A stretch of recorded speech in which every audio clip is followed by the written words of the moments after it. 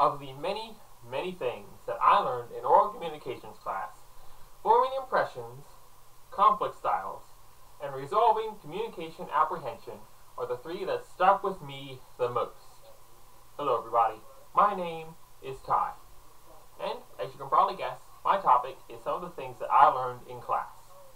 Now, why should you listen to this? Well, hopefully you might learn something, or remember something that you've forgotten. Each of these aspects is going to be applied to every aspect of everyday life, and they're very important. So, here they are, some of the things that I learned in class. The first one would be forming impressions. Now, this is mostly done through non-verbal communication, and it's how you want to act when you want to make people think a certain way, normally about you.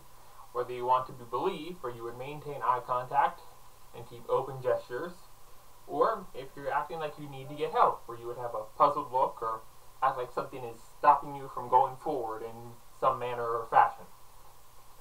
This is very important in everyday life because sometimes you just can't find the words to say it, and you just need to act out how you're feeling. That was the first thing. The second thing I would like to talk to you about would be the various styles of conflict. Now, this is important for everyday life because based on how you feel about the other person, how you feel about the conflict that is going on, and how you want to resolve it. There are 5 different styles you can use. The first is to avoid it, which is basically meaning you lose and the other person loses. You don't really care if you get what you want, and you don't care if they get what you want. So you just completely ignore it, and it just spirals downward from there. The second would be competing, where I win and you lose. Basically, you value your opinion or result from the conflict over the other person, and you will compete to get what you want. The third would be I win and lose and you win and lose. This is compromising, which, in the words of a great individual, a good compromise leaves nobody happy. It's basically you gave up something and they gave up something, and that's the result. The fourth would be I lose and you win. That is accommodating, where you value the other person over yourself, at least in this instance, and you allow them to have their way. The fifth would be win-win or collaborating, where you work with the other person to get the results that you both want without losing anything. It's rare, but usually this is what people will go for the most if they had the option. Now, like I said, these are very important in how you act and in everyday life, just so you know how to work with people. That would be conflict styles. The third thing I learned that's important is resolving communication apprehension. Now, there's a huge list of things that you can do to make it easier. I am going to give you 4 of the ones that I believe are the most important. The first is to have experience. Now, there's no substitute.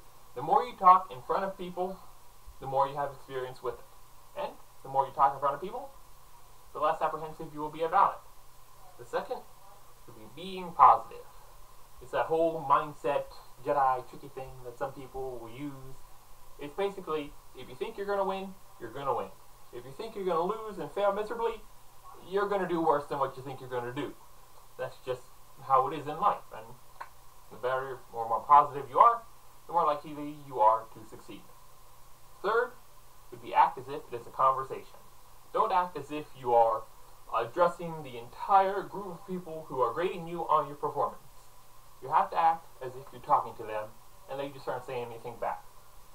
It normally makes things a lot easier.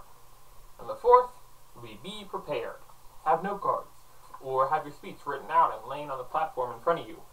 Whatever it is, make sure that you've gone over your speech and memorize the parts you need to memorize, and have written down the stuff that you can't memorize. It's important, and it makes things a whole lot easier. And as you can probably tell, that's very important in aspects of life because you talk to people every day. And eventually somebody's going to ask you to give a presentation or ask you to speak in front of somebody else to convince them of something. So it's very important.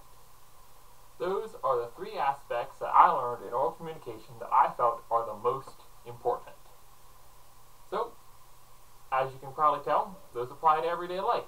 And, like I said, I feel they're the most important, and they should be treated as such. Everybody, I thank you all for listening, and and I hope you have a great day.